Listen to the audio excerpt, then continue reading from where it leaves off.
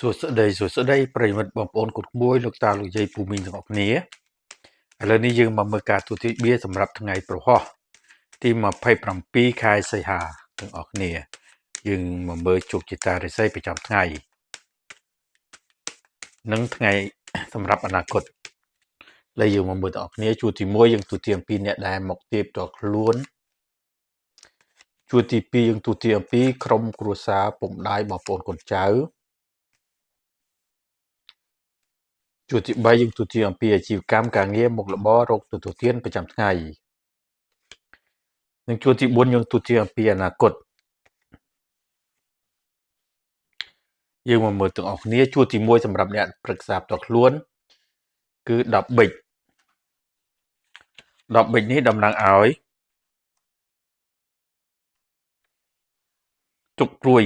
ឬក៏មិត្តខ្លាយបញ្ហាជាមួយឪពុកម្ដាយការជាប់ពន្ធនាគារជាដើម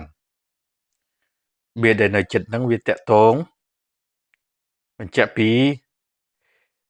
ហិរញ្ញវត្ថុអារម្មណ៍សុខភាពអាជីវកម្មការងារផងដែរឬក៏វាបង្ហាញពីល្បឿនឥឡូវនេះយើងទៅមើលបៀបន្ទាប់ហ្នឹងវាបញ្ជាក់ពីឥទ្ធិពលយ៉ាងណាគឺក្រមុំប៊ិចនេះតំណាងឲ្យស្ត្រីនៅលាឬក៏មេម៉ាយជាស្ត្រីលេងលះទុច្ចរិតពិតក្បត់ពុតភោឬក៏មិត្តអាក្រក់ដែលស្វែងរកការធ្វើបាបវាប្រកាសអំពីការលំបាកឧបសគ្គជាច្រើនដែលហាក់ដូចមិនអាចឆ្លងកាត់បានដូច្នេះត្រូវប្រយ័ត្នប្រយែងចំពោះមិត្តភ័ក្តិរបស់យើងផងឥ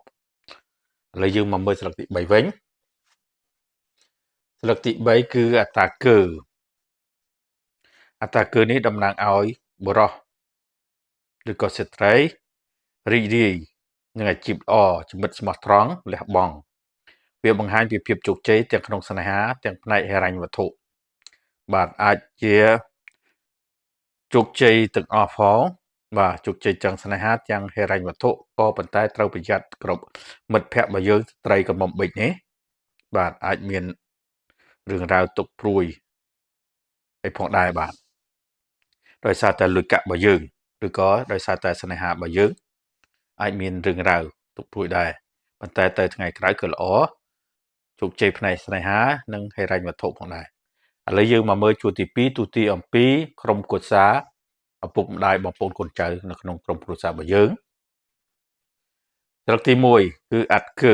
កើនេះតំណាងឲ្យព័ត៌មានដូចជាការដើរលេងកម្សាន្តភាពរីករាយនៅក្នុងផ្ទះ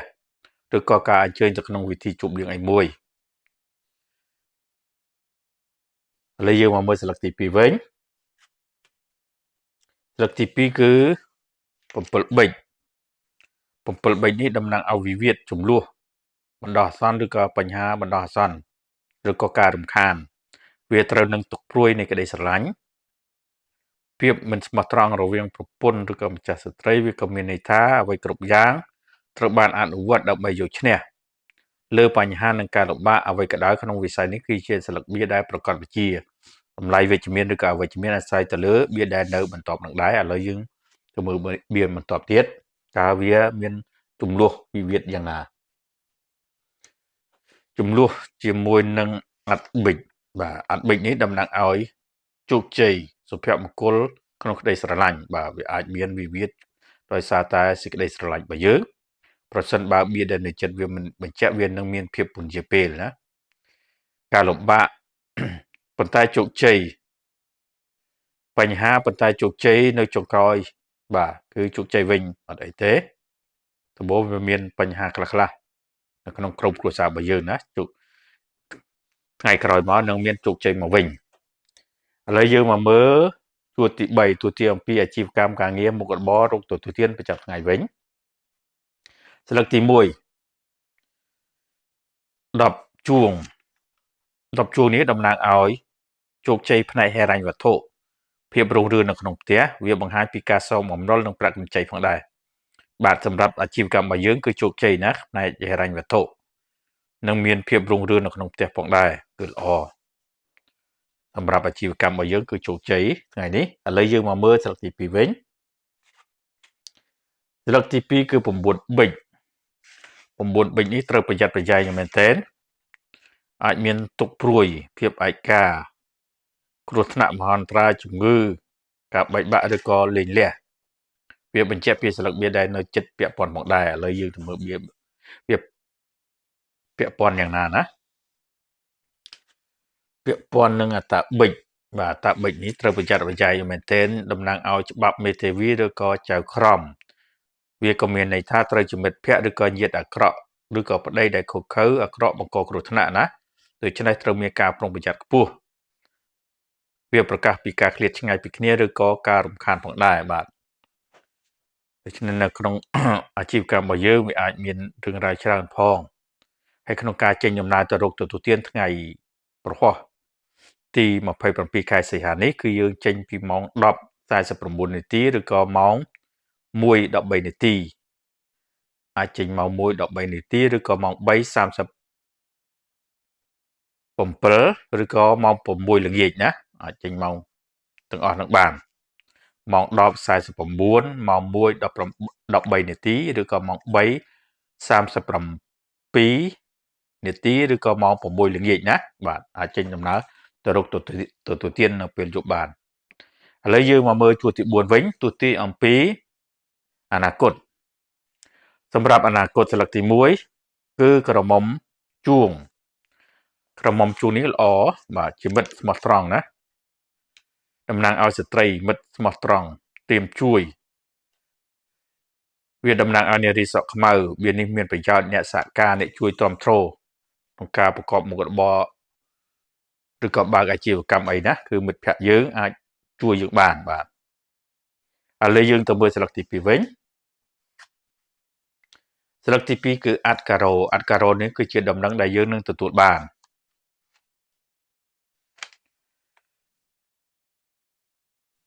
ខ្លឹមសារយ៉ាងណាអាស្រ័យទៅលើបៀដែលនៅចិត្តនឹងដែរបាទវាអាចតកតូននឹងក្រមុំជួរនេះក៏ថាបានអាចតកតូននឹងស្លឹកទី3នេះក៏ថាបានស្លឹកទី3គឺ9គឺនេះតំណាងឲ្យជ័យជំនះលើមាសត្រូវលទ្ធផលដ៏រីករាយក្នុងវិវាទការប្តឹងក្តីឬក៏ស្នេហាជាបៀនៃភាពជោគជ័យភាពរីករាយផ្សេងៗវាប្រកាសអំពីការបញ្ចប់នៃបញ្ហានិងការរំខានបាទទៅថ្ងៃអនាគតគឺល្អអត់មានការរំខានអីទេមានស្ត្រីត្រៀមជួយយើងហើយជ័យជំនះជោគជ័យលើមាសត្រូវទាំងអស់បាទសម្រាប់អនាគតគឺល្អមែនទែនសម្រាប់អ្នកដែលមកទាថ្ងៃនេះឥឡូវនេះយើងមកមើលបុរសនិងស្ត្រីដែលកើតថ្ងៃប្រហោះទី27ខែសីហាវិញម្ដងហើយបើប្រិយមិត្តបងប្អូនកូនក្មួយមានចម្ងល់អីអាច comment បានណាជ្រើសរើសស្លឹកបៀចង់ទូទាយអីជ្រើសរើសស្លឹកបៀចាប់ពីស្លឹក7ដល់ស្លឹកអាត់គឺការ៉ូបិចជួងណាស្លឹកមួយណាក៏បានដែរខ្ញុំនឹងទូទាយជូនបងប្អូនប្រិយមិត្តកូនក្មួយទាំងអស់គ្នាណាឥឡូវយើងមកមើលក្រមុំជួងនេះតំណាងឲ្យស្ត្រីដែលកើតថ្ងៃប្រហោះទី27ខែសីហា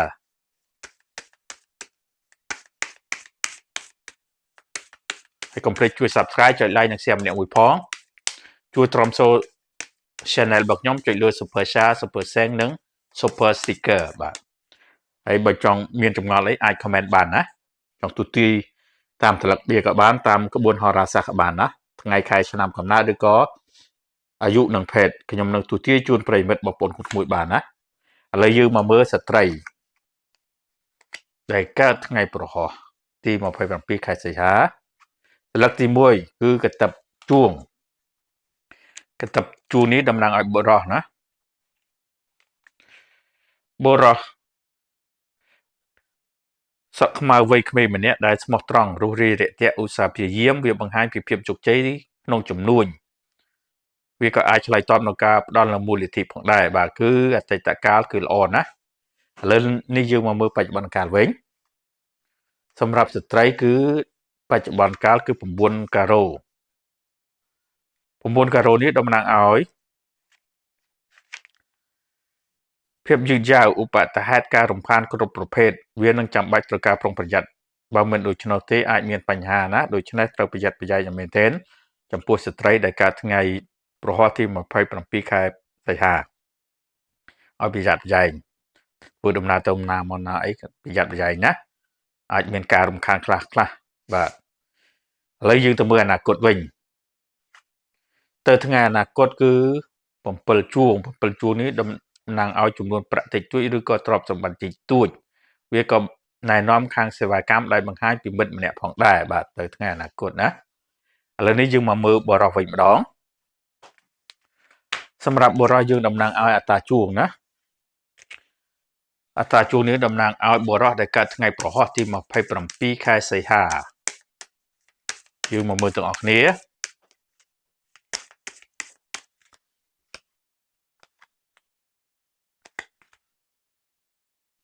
ត្រឹកទី1យើងទូទាអំពីអតីតកាលរបស់គាត់ពីអតីតកាលរបស់គាត់គឺមានរឿងរ៉ាវច្រើនណាស់8ប៊ិចនេះតំណាងឲ្យគម្រាមកំហែងជំងឺគ្រោះថ្នាក់បញ្ហាដែលមកអំពីអំពើទុច្ចរិតការនិយាយដើមការនិយាយបង្កាច់បង្កូចពីទំនាក់ទំនងអ្នកដែលនៅជុំវិញណាវាក៏មានន័យថាទុកព្រួយឬក៏ដំណឹងពីអតីតកាលមិនសូវល្អឥឡូវនេះយើងមកមើលបច្ចុប្បន្នកាលវិញសម្រាប់បុរសបច្ចុប្បន្នកាលគឺ8ជួង8ជួរនេះតំណាងឲ្យក្មេងស្រីវ័យក្មេងវាបង្ហាញពីភាពជោគជ័យនៃក្តីស្រឡាញ់ឬក៏ភាពរីករាយដ៏អស្ចារ្យវាប្រកាសពីការទទួលបាននៅអាជីវកម្មឬក៏ការផ្សព្វផ្សាយភាពរីកចម្រើនដោយសារតែទេពកោសល្យតែមួយគត់របស់ដែលអ្នកមកទីហ្នឹងគឺអាចទទួលបានអាជីវកម្មអីមួយណាគឺល្អមែនទែនសម្រាប់បច្ចុប្បន្នកាលឥឡូវនេះយើងទៅមើលអនាគតវិញទៅថ្ងៃអនាគតគឺអាត់ការ៉ូនេះគឺជាដំណឹងយើងនឹងទទួលបានដែរហ្នឹងបាទដំណឹងដែលយើងទទួលបានអាត់ការ៉ូណាសម្បត្តិឬក៏ដំណឹងដែលយើងនឹងទទួលបានខ្លឹមសារយ៉ាងណាវាអាស្រ័យទៅលើវាដែលនៅពីមុខនឹងដែរបាទពីមុខហ្នឹងគឺ8ជួរហ្នឹងគឺល្អទេអត់អីទេជោគជ័យក្នុងប្រកបការងារអីអាចរកការងារបានធ្វើឬក៏អាជីវកម្មអីបានណាគឺល្អសម្រាប់ថ្ងៃនេះការទូទាយរបស់ខ្ញុំក៏បានបញ្ចប់សពគ្រប់អស់ហើយប្រិយមិត្តពុកម៉ែបងប្អូនកូនក្មួយទាំងអស់គ្នាកុំភ្លេចជួយ Subscribe ចុច Like និង Share ម្នាក់មួយផងជួយទ្រាំទ្រចុចលើ Super Share Super Thanks និង Super Sticker ហើយបើមានចម្ងល់អីអាច comment បានចង់ទូទាយជោគជតារិស័យប្រចាំថ្ងៃអីក៏ទូទាយតាមក្បួនហោរាសាស្ត្រក៏បានតាមក្បួនណាប៉ូឡេអុងក៏បានណាខ្ញុំនឹងទូទាយជូនប្រិយមិត្តបងប្អូនកូនក្មួយទាំងអស់គ្នាតាមក្បួនហោរាសាស្ត្រថ្ងៃខែឆ្នាំកំណើតឬក៏អាយុនិងភេទតាមស្លឹកបៀក៏បានជ្រើសរើសស្លឹកបៀមួយស្លឹកចាប់ពីស្លឹក7ដល់ស្លឹកអាតណាគឺការ៉ូបិជួងស្លឹកមួយណាក៏បានដែរបាទជូនពរសំណាងល្អសុខភាពល្អធ្វើដំណើរឲ្យមានសុវត្ថិភាពទាំងអស់គ្នាជម្រាបលាបាយបាយ